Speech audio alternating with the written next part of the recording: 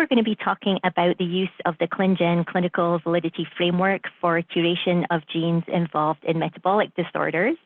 So I'm joined by Elizabeth McCormick from the Mitochondrial Diseases GCEP, and also Justyne Ross, who has worked with the fatty acid oxidation and aminoacidopathies GCEPs. So thanks so much, Elizabeth and Justyne, for being on this call. So our goal today is really to review the work of the gene curation expert panels from the IEM working group, and to give you some examples of curation and how we have scored various pieces of data. So please feel free to ask any questions as we go through this. So this is really just a quick overview of what we'll be covering today. So just to start with a quick review of the different gene curation expert panels that are currently under the oversight of the Inborn Errors of Metabolism working group. So the first of these to start was the Fatty Acid Oxidation Disorders GCEP. They had 30 genes on their list, and they published their findings last year. Their paper is shown here. The Aminoacidopathies GCEP started in early 2018, and we have a list of 75 genes, which were divided into 3 different tiers for curation based on the predicted strength of evidence and clinical utility. So we're currently tying up loose ends prior to working on publishing this work. The monogenic diabetes and mitochondrial diseases groups are funded by the U24 grants, and work for both of these groups is well underway. And our youngest GCEP is the peroxisomal disorders GCEP, which started in May of last year, and they've almost already completed their work of 34 genes. So that's just a quick review of our different gene curation expert panels in the IEM working group. So one of the first things I wanted to talk about kind of at a higher level before we get into more detail about scoring is to talk about our streamlined process that was developed during the work of the Fatty Acid Oxidation Disorders GCEP and was published in their paper. And this is the model that Aminoacidopathies is following as well as some other GCEPs. And basically, it's describing an expedited expert review process so that we can get through things as efficiently as possible. So to talk about the work of these groups, basically when the group started, we reviewed a few curations on a call just to make sure that everyone, both the experts and curators, were comfortable with how the clinical validity framework is used. And then we started to use this expedited process for review. So initially, the curator collects and scores the information and comes to a preliminary classification. If the curation was straightforward and the provisional classification is definitive, the curator then sends the GCI summary to 2 experts in the group who review it, and they'll either approve it or come back with questions to the curators. If the experts agree and there are no questions, the classification of definitive is approved, and the curator can then send the information to the website. If the experts don't agree on the classification of definitive, or if there are any major questions that need to be discussed on a call, that curation is then discussed on the next call to review with the rest of the group and get input from everybody before deciding what the final classification should be. Likewise, if the provisional classification is not definitive, that would also be another reason why the curation data would be presented on a call, and the group can then decide what the final classification will be. So I will say that for the fatty acid oxidation GCEP and aminoacidopathies who use this process, probably more than 3/4 of our curations are definitive. So this has been a really effective way to get through these reviews pretty quickly, and I know that other GCEPs are using this as well. So it's a kind of a nice expedited process to get through things efficiently. So the next thing we wanted to talk about a little bit was deciding on the disease entity. Of course, as you're all aware, for the clinical validity process, we start with a gene, a disease, and mode of inheritance. So it's really important to know what your disease entity is up front. For most of the metabolic disorders, there typically is just one disease entity in OMIM, but sometimes more. So sometimes we do have some lumping and splitting issues. And also there's some other comments that we wanted to make about the disease entity for metabolic disorders. So I'm going to pass this over to Justyne, who's going to talk about some information on the disease entity. Hi, thank you, Jenny. So the first thing we wanted to talk about in regards to determining the disease entity for these metabolic conditions is the presentation in patients of clinical manifestations versus just a biochemical phenotype. So clinical phenotypes are highly variable in patients with metabolic disorders. So these can range from asymptomatic to life-threatening metabolic decomposition.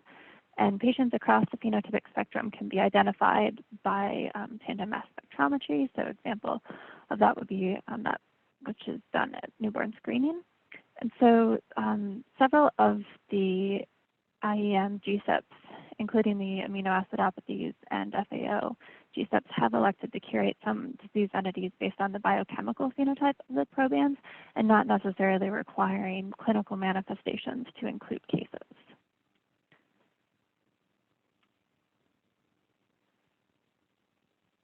Next one, yeah. So one example of this from the Aminoacidopathies GCEP is are the tyrosinemias.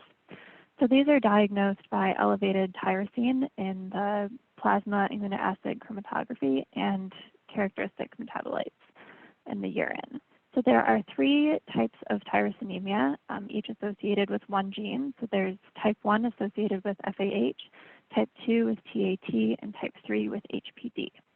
And you can see that these disorders fall across that spectrum of clinical manifestations to biochemical phenotype only. So in type 1, which is the most severe form, there are tyrosine levels between 150 and 300 micromolar, and they're usually asymptomatic as a neonate, but will have liver disease in infancy, and this can be a pretty severe disorder. So this is one that is often tested for in newborn screening, and the metabolite that is really indicative of this type of tyrosinemia is the succinyl acetone. So you can see that this is the final enzyme in this tyrosine metabolism, and blocking at this point leads to an increase in the succinyl acetoacetate.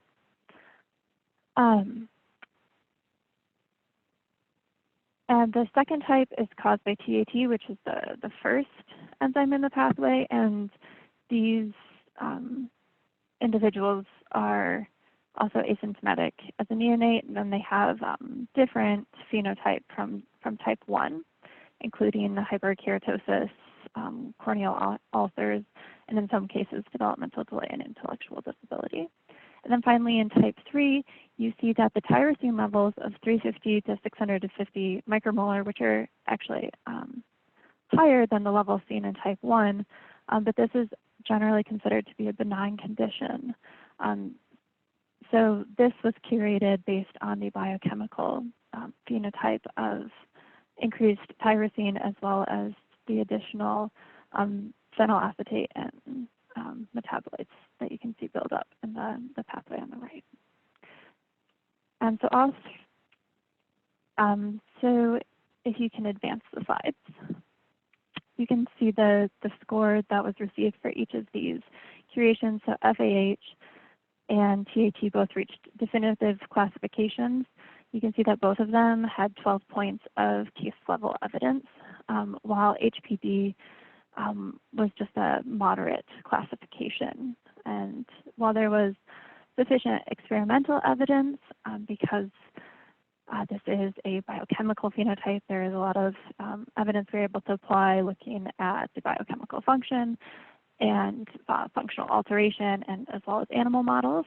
However, fewer patients have been described in the literature, which may be because this is a benign condition. So there was a lower score for case level and just reached that moderate classification. So you can see how being able to curate on a biochemical phenotype is really important for these aminoacidopathies and other IEM conditions.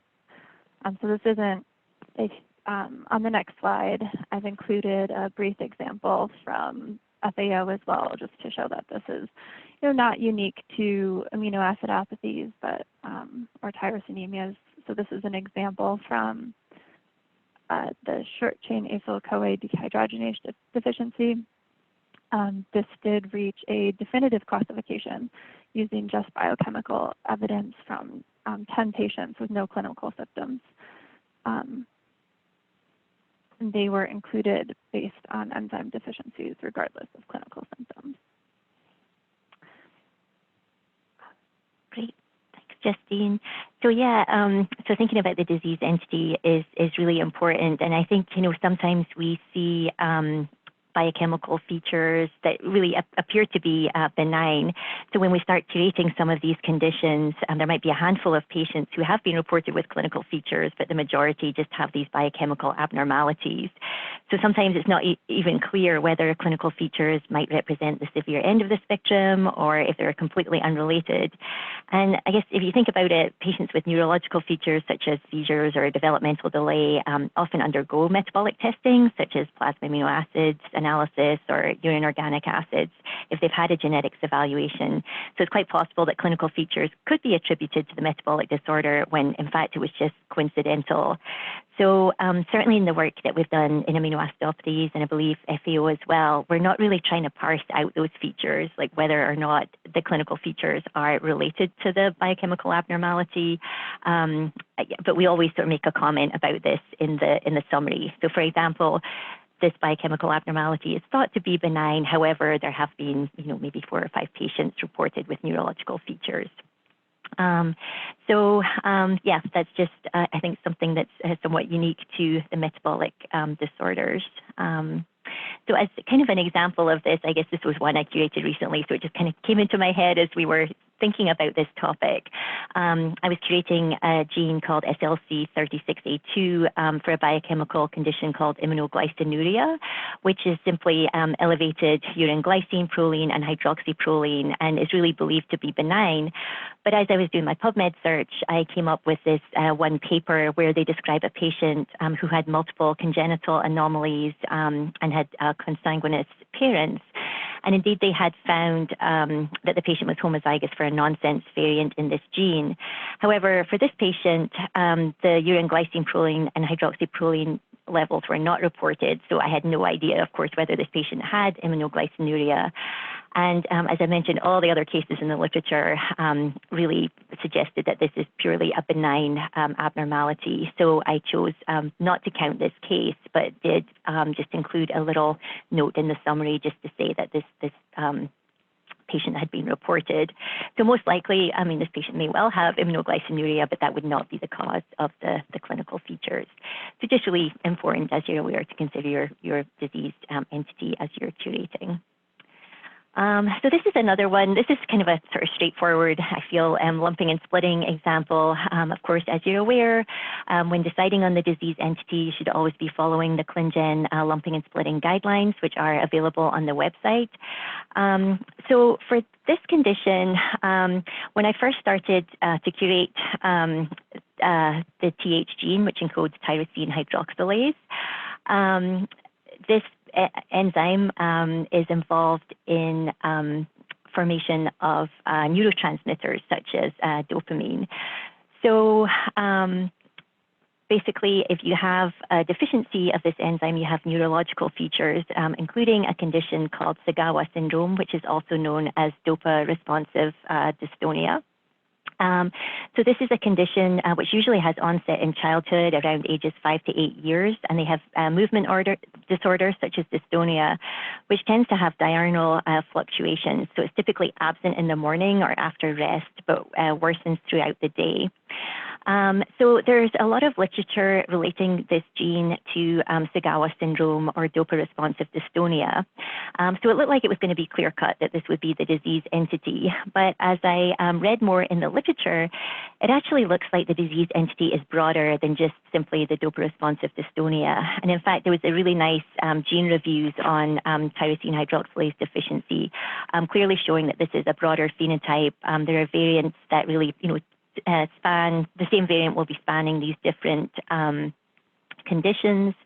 So it really looks like it is truly a spectrum of severity. So after discussing the situation with our experts in the group, what we decided to do is just to lump all of these disorders under the description of tyrosine hydroxylase deficiency. And then we sent a request to Mondo to add additional terms as well. So again, just an example of making sure you're clear on what your disease entity is. And in fact, Courtney Saxton from the Lumping and Splitting Working Group is going to be talking about this in more detail on our Biocurator Working Group call on April 9th. So please do try to join that call too, because that will be very informative. So now we've talked a little bit about the disease entity. Before we go on to more specific examples of case level scoring, I wanted to talk a little bit about a document that we have created for aminoacidopathies. I know that other GCEPs have been working on this too. So this is basically to really give our curators some guidance on the specific issues that we may come up against in curating these metabolic disorders. So of course, we're always using the clinical validity SOP, the general SOP, to give us basic guidance, but sometimes we come up with particular questions that seem to come up again and again for these disorders, or we might notice inconsistencies with the way that things are being scored in our group. So we thought it would be helpful to generate a document to give our curators some guidance. So I'm going to go over a couple of the things, but then talk about this as we go through our specific examples as well. So as I mentioned, of course, we always use the clinical validity SOP as our basis, but some of the things that our experts wanted to be sure on was that ideal papers will include an adequate description of the cases with clinical details and previous testing information. I mean, I think that really counts across the board for any kind of GCEP, but that was something that our experts wanted to be sure of. We always include our HPO codes, but we do quite frequently use the free text section as well.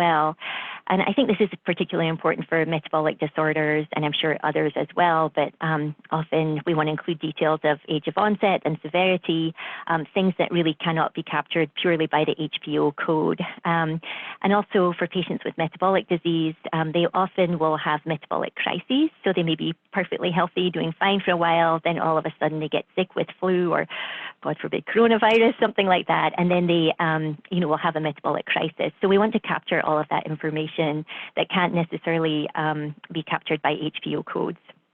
And then we also briefly will document the impact of any treatment, whether that be dietary or any sort of supplements or anything that could in some way support the diagnosis of this patient.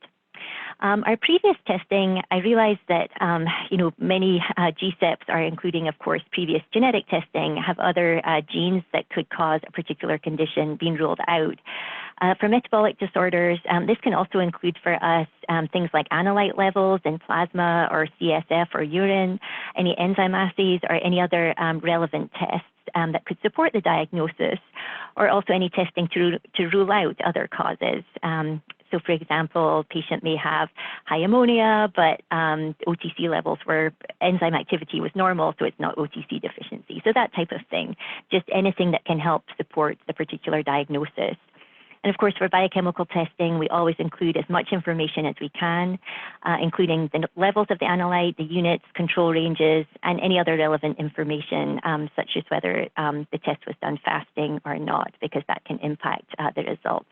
Of course, that information isn't always available in papers, but we certainly do as much as we can to capture all the relevant information.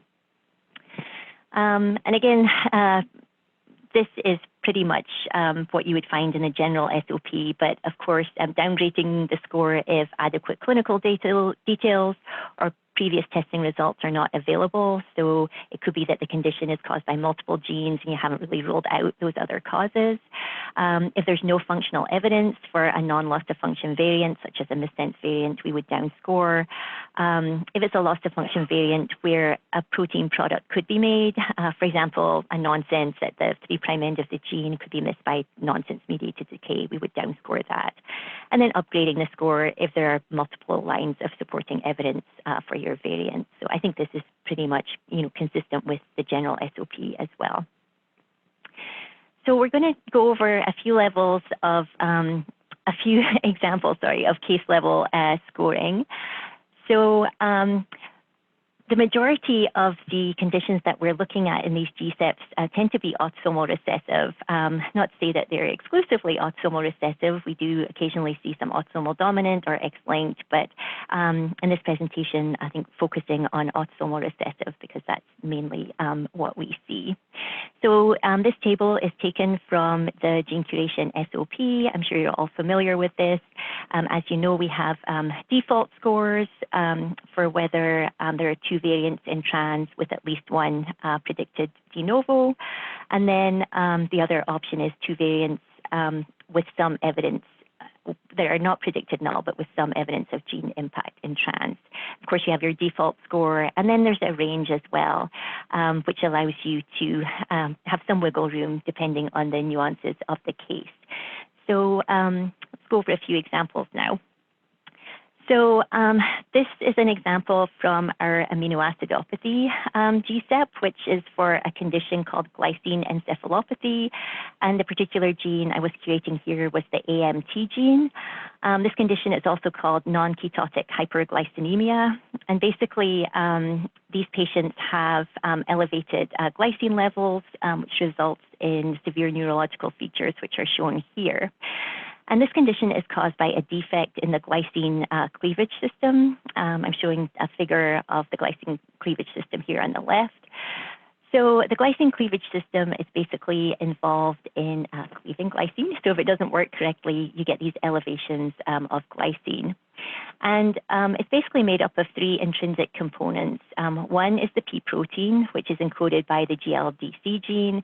And this is known to have a definitive classification for glycine encephalopathy.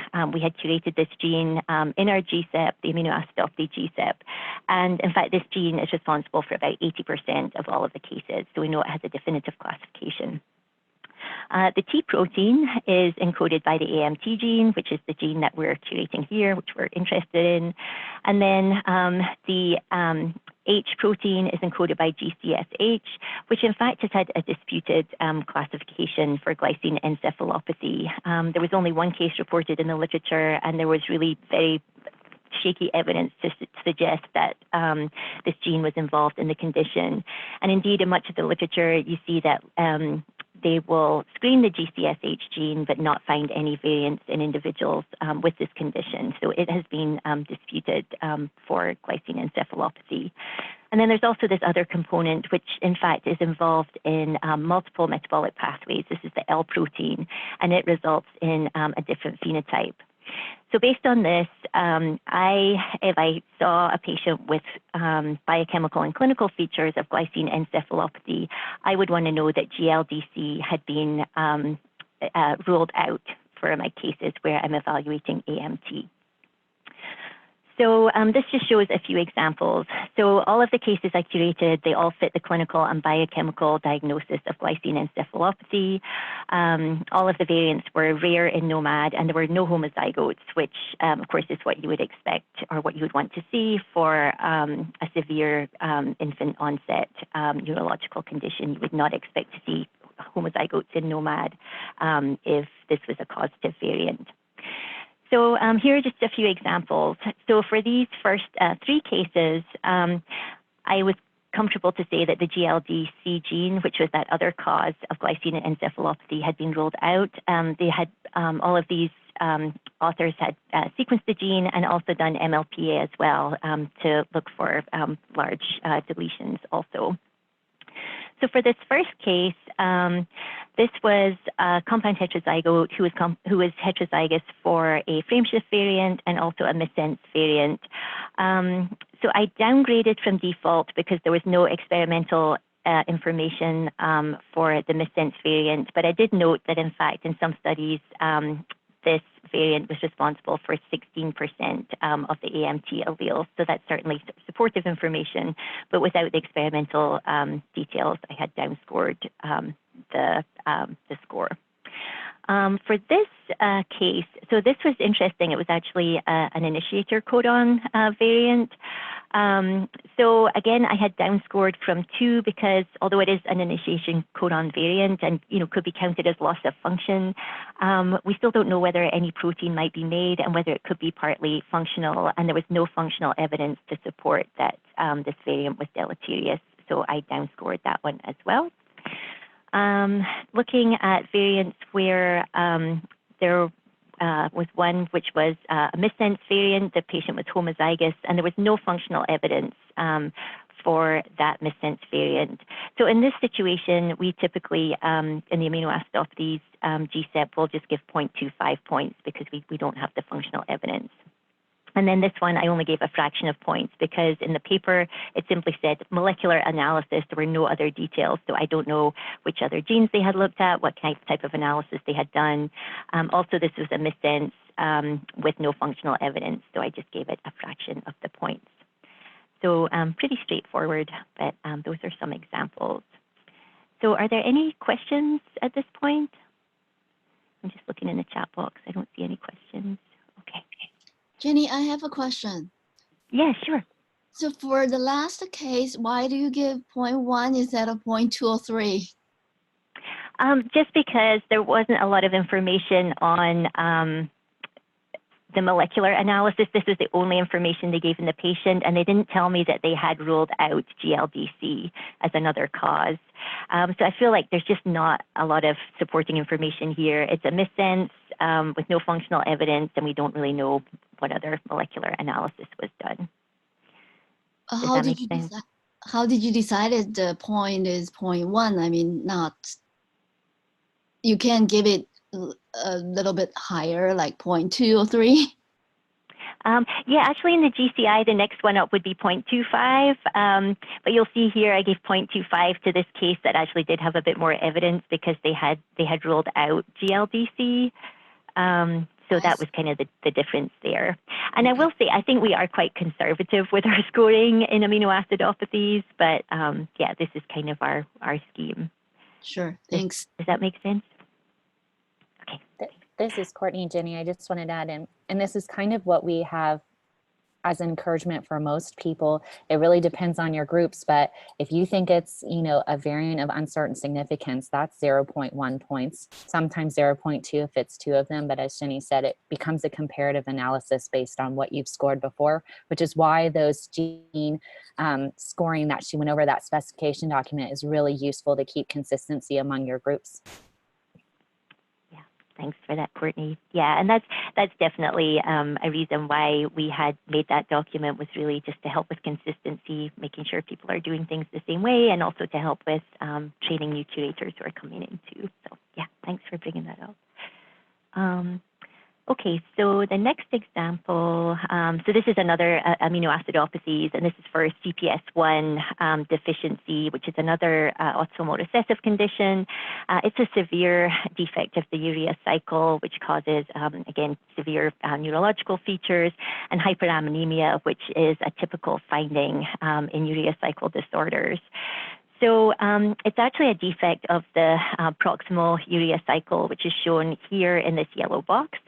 And patients with this condition have, of course, elevated plasma ammonia, as I already said, and also decreased citrulline and arginine. But one of the complicating factors is that patients with OTC deficiency and also NAGS deficiency also have decreased citrulline and arginine.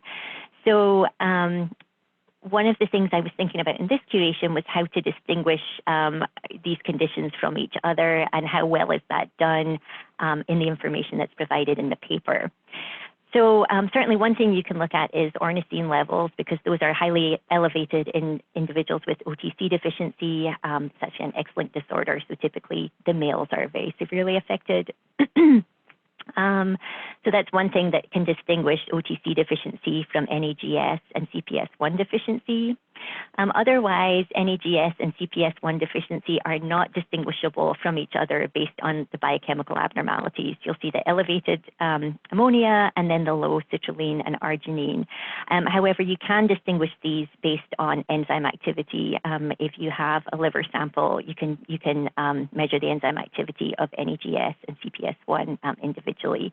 So this was something I was thinking about based on what information was presented in the paper and how sure was I that the patients had CPS1 deficiency. So this is kind of a little scheme that we put together when looking at this gene disease association.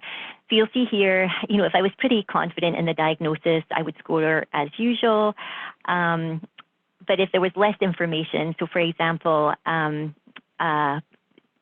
the condition, they had not ruled out OTC deficiency, for example, I would decrease the score. And then if it was only hyperammonemia that was present, that can be present in a lot of different conditions, I would again decrease the score because there could be lots of other causes. Some papers, again, just give very kind of wishy-washy information, biochemical and clinical features of CPS1 deficiency. Well, I don't know what that means. What analytes had they looked at? How sure were they about the diagnosis? So in that situation, again, we were conservative and decreased the score. There was one patient actually that had whole exome done, and for those I scored as usual because we felt that most of the other causes would have been ruled out. So here are some examples, again, of scoring in this condition. So this patient was homozygous for a canonical splice site variant, but I had downscored because although the patient had elevated ammonia and low citrulline, OTC and NAGS deficiencies were not ruled out, so I had downscored that one. This is an individual who was compound heterozygous for a frame shift and a missense change with no functional evidence. So the no functional evidence immediately would make me downscore, but I also had scored down because we had not ruled out these other possible causes, OTC and NAGS. This patient, all we knew about them was that they have hyperammonemia, which again could be caused by a number of different conditions. It was a compound heterozygous for nonsense and a missense with no functional evidence. So again, I scored that one down. In this situation, we have hyperammonemia. They did have the deficient CPS1 activity in liver and normal OTC deficiency. So this would make me pretty confident in the diagnosis by seeing these enzyme activities.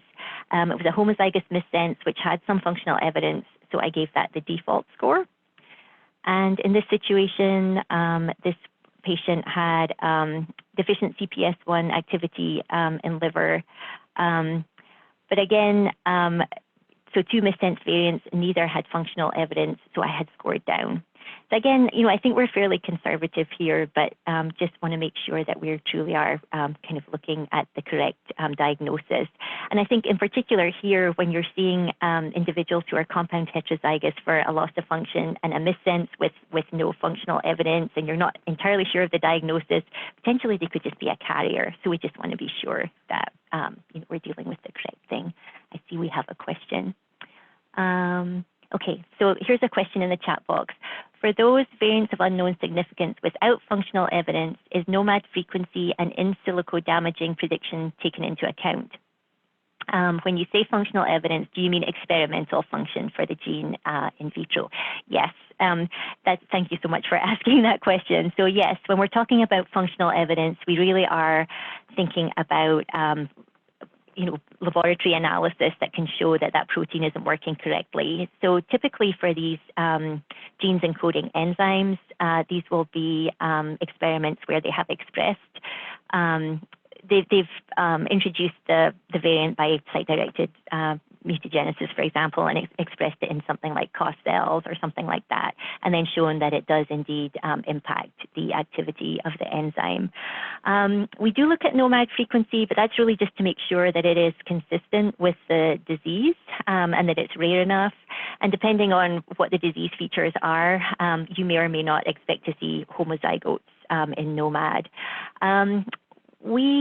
I kind of look at in silico damaging prediction, but not, I don't think I would score up or down based on that alone.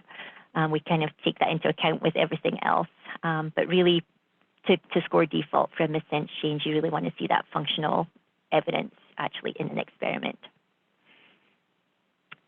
And here's a comment from Courtney. Nomad and in silico are not disease specific. So while they're good indicators of rarity or predicted alterations in the gene product, this does not mean that they indicate molecular mechanism, and therefore they're non-specific. Yeah, thanks, Courtney, for that. All right. So now I'm going to pass this over to Elizabeth, who also had some examples from the mitochondrial diseases group. Yep, great. Thanks, Jenny. Hi, everyone.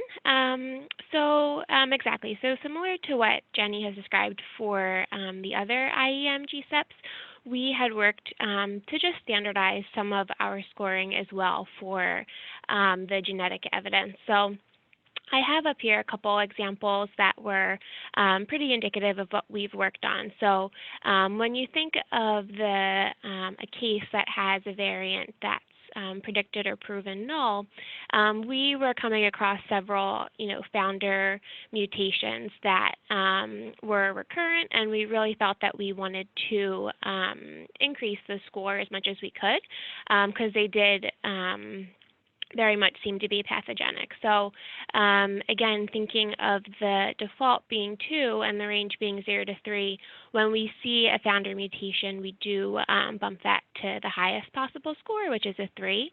And then similar to the common pathogenic variants. So it's not seen in all of the genes that we've curated, but for some of them, there's definitely been variants that are common. There's been extensive functional validation for the effects of those variants. So we decided to max out the scoring at 3 for them as well. And then for kind of the default scoring, I have the example up here in that TACO1 gene. So this is a predicted and proven null variant, and the authors in the study that we had looked at had actually did confirm that nonsense-mediated decay occurs. So we had given that the default of 2, again, very likely a pathogenic variant, but it was a more rare variant that had been seen in that disorder, so we didn't give it the maximum score. And then when we think about the missense variants, with the default being 1 and the max going up to 1.5, we came across this variant in SLC19A3. And this really checked off all of our boxes. So it was the most common pathogenic variant that had been reported. It was also a founder mutation in the Saudi population.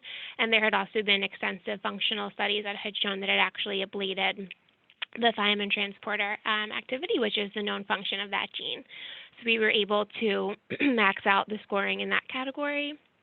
And then thinking about kind of what our default scoring would be, we have this ETHE1 variant where it's a missense variant, but there was Western blot that had been done that actually showed that there was reduced expression. So for us, that was the default. We were able to give that case 1 point. So again, just similar to what Jenny has been saying, we were just coming across these issues over and over again as we were reviewing these genes, and just wanted to be standardized in how we were scoring them. Thanks, Elizabeth. So I actually have a question about this because we've talked a lot about scoring founder variants. And so do you only count one case of the founder variant and then bump the score up because you're seeing it in so many patients? Is that kind of what you're doing? Yeah, so what we've been doing, so the first one will give the maximum of 3 points, and then for the nonsense category, if we were to see it again, we do downgrade to 1 point. And then similar in the missense category, we downgrade to half a point if the genotype's already been counted. So we always try and find as many different variants as we can, but some of these disorders are just very rare and there's not a ton of variants that have been reported. So we didn't want to not score the same genotype that has been seen, but we definitely score it less when we see it a second time.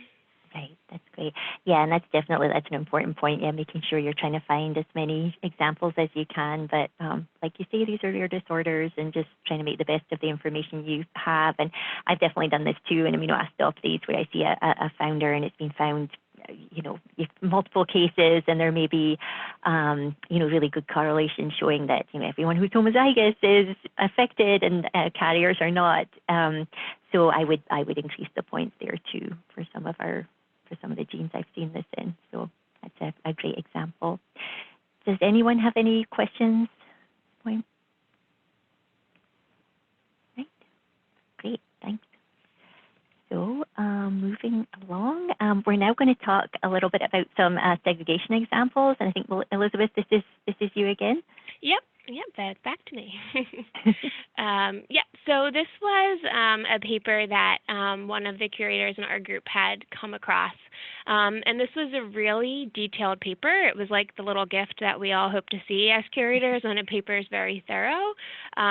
Deep phenotyping, genotyping, where you can get the maximum amount of points. So this was an extended kindred in an Israeli Bedouin family where there were actually 25 affected individuals with a very similar phenotype, which was consistent with the phenotype that we were curating for. And then they actually had 20 affected people that were available for clinical evaluation and testing, and 42 unaffected family members. So what they had done was they had identified a 2 megabase region, and it had 30 genes, and they were able to sequence all 30 genes in that region and pin it down to one variant in this gene, UQCRQ. And the authors had actually calculated the LOD score. So at that point, we hadn't seen a ton of segregation in our curation, so we went back to the gene curation SOP, and we have up here what they say, whereas if they the authors provide the LOD score, you can kind of use that one, and we went back to our experts. They were all in agreement that that was an accurate LOD score. And then we were able to, again, go back to the gene curation SOP where they list out the LOD scores, and then based on the sequencing method, how you can score it. So given that they were able to sequence all the genes in that linkage region, we were able to give, I think, the maximum score of 3 points for this segregation. So this was a more straightforward example. Like I said, the article was very detailed, and we were able to give the maximum number of points. So this was one that was a little less straightforward. So there really weren't any large extended kindreds for this gene. However, there were multiple case reports of kindreds with several people being affected. So I have up here 2 pedigrees from one paper and then a table from a second paper. And then I think I might have an animation, Jenny, if you go to, yep. So unfortunately, we weren't able to count the LOD scores for that first pedigree, family A, or that table. So in the paper that described family A, it seemed like that individual 2-1 was affected and genotyped, but it wasn't totally clear. So we really weren't comfortable saying that that person was tested and had the variant that we were looking for. So we weren't able to include that, similar to why we couldn't include the SIB-SHIPs in the table, because when we, again, go back to the SOP, you really only want to calculate LOD scores for families where there's 3 affected individuals. And these 2, or I guess we have 3 families, they really only had 2 affected individuals that had a very thorough workup. So we weren't able to count them for our segregation, but we were able to count family C. So there were 4 affected individuals. They were all genotyped, all found to have the same variant. So we were able to count that, and then you can see the GCI does a nice way of calculating it for you. Then you're able to count the LOD score for segregation. And again, for this family C, they were able to sequence all the genes in that region. So we were fairly confident that that was the answer for this family as well. All right, and this is Justyne's example. Okay, so for my example of segregation is an example of a family with alkaptonuria, which is a recessive disorder. And I want to review the estimated LOD score calculation that's in the SOP. So you can calculate the estimated LOD score by using the number of affected individuals, the number of affected unaffected individuals, and then the risk of being affected or unaffected.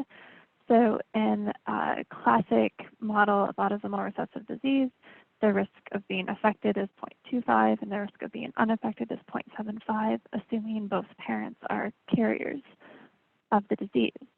But if you advance the slide, you can see that you'll need to adjust these values if one parent is affected with the autosomal recessive condition, so they're homozygous, and the other parent is a carrier. So now the risk of being affected is 0.5, as well as the risk of being unaffected is also 0.5. So the calculation that the GCI will do for you uses the classic disease model, but there are situations where you might need to adjust those scores. So on the next slide, you can see the pedigree for this family. There were 18 affected individuals in this family from the Canary Islands. You can see this is a consanguineous family with this relationship here between these first cousins. And there were 18 affected individuals, 12 of whom were genotyped, and they also genotyped 9 unaffected individuals using candidate gene sequencing. So in this case, because this is a small population with consanguinity, most of these affected individuals, the parents you can see were actually one affected homozygous individual and one carrier. So in this case, all of those affected individuals with the orange boxes actually had a risk of being affected of 0.5. And only just the minority of cases on the right-hand side had parents who were both carriers and followed the traditional 0.25 risk of being affected. So you can see on the equation at the bottom of the slide that you would adjust the risk for those individuals accordingly, and this large pedigree does get an estimated LOD score of 6.45. And the range for candidate gene sequencing scoring is between 0.5 and 1.5 points. So this being LOD score over 5 would get the maximum score of 1.5 points. And I think something to note about this is that because you're adjusting the calculation, you can't, the GCI won't calculate that for you. So there are a couple of ways you could enter this into the GCI to make sure that it's being appropriately scored.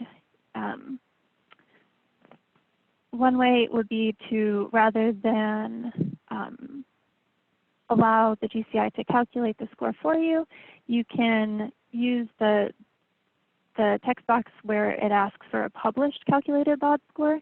You could say that there is a published LOD score and then enter the score that you calculated, even though that may not have actually been published. It was in fact calculated. And then in the free text explanation box, you would want to make it very clear that this is not in fact a published score. It was calculated by you in the way that you calculated it.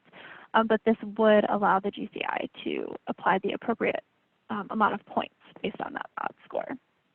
Alternatively, you could just you could leave that off of there and write into your summary statement that there was this additional family and that you adjust the final score based on those points. But I think that was all I had. Great. Yeah, and this is a really great example. I actually had a very similar one as well, showing this sort of pseudo-dominant inheritance where it was actually a huge family, but they had only genotyped a small section of them, and the dad, I think, was homozygous. It was a metabolic disorder, but pretty, yeah, I think some individuals had seizures, but otherwise really no severe impact of that condition. So the dad was homozygous, and they assumed the mom was heterozygous, but she hadn't been tested. But I think there were 6 or 7 children, and 5 maybe were homozygous and 1 was a carrier. And I had exactly the same situation as Justyne presented. And I had actually made the mistake of going into the GCI and putting in my numbers, and then thought, oh gosh, yeah, this is really a dominant inheritance pattern here, because it's really just depending on what's coming from the mother, because they're all going to get the altered allele from their dad. So it's really a 50-50 of whether they get the altered allele from the mom. So then had to adjust, as Justyne had done, for the an autosomal dominant inheritance pattern. So we don't see this too often, but just just something to be aware of. So it's a great example. Okay, so I realize we're actually getting close to the top of the hour. We had a whole section of experimental evidence examples as well, but I'm wondering if we should hold those for another call and stop now and just see if there are any particular questions or thoughts on what we've presented today. And then maybe we can go ahead and do the experimental evidence on another call. So does anyone have any questions or any comments on the work of the group? Jenny, this is great. I was really intrigued by the biochemical phenotype discussion, and I'm wondering if you guys feel that because you kind of did mention this, are underscoring or underclassifying these biochemical phenotypes because people don't publish a lot of cases without disease, I guess. So I don't know if you guys have considered, if you have a lot of biochemical lab directors on your calls, because at least I know when I rotated through the Boston Children's metabolic lab, they have all kinds of cases like that they haven't necessarily published, either trying to assemble that or do some. I know in general we don't try to score unpublished cases, but a lot of times because it's connected with a children's hospital, they have very detailed phenotyping. Yeah, this is a really great question, and thank you so much for bringing this up, Marina, because, there was one curation I presented, and I completely forget which gene and disease, which gene and condition it was, but I remember one of our experts saying, wow, it's only moderate. I'm surprised. I would have thought this was definitive, but it really was. I explained there were only, a few cases, and I wonder if she had seen it so many times in her, in her work. She's a biochemical lab director, and so we had basically said, yes, we're just going on what's in the published literature. But I think that's a really good point, Marina, that there's probably a lot of information out there that people just don't publish because it's not really seen as a disease. And in fact, there was another one I was doing recently for hyperprolinemia, and it looked like it had been associated with neurological features, but then when I went into NOMAD, there were lots of homozygotes. It's just like all of the variants that we're reporting were really common. And in fact, one of our lab directors went back and looked at her data on proline levels and found that something like 3.5% of individuals who were having amino acid profiles done had high levels of proline. So it really looked like it's just a very common condition, and presumably these patients with neurological features have some other cause maybe, or it could be involved somehow. We just don't know. But I think that's a really, really good point, just that it could just be under-reporting in the literature. So yeah, I mean, for those curations that we have that are maybe just limited or definitive or moderate, maybe going back and asking our experts to look at their data and see if we can add anything. I think that's a really great idea. So thanks for that. Okay, there's a comment here. Sometimes these are biochemical lab directors, don't get the molecular confirmation back, so it may be difficult to publish these cases. That's Irene. Thanks, Irene, for that.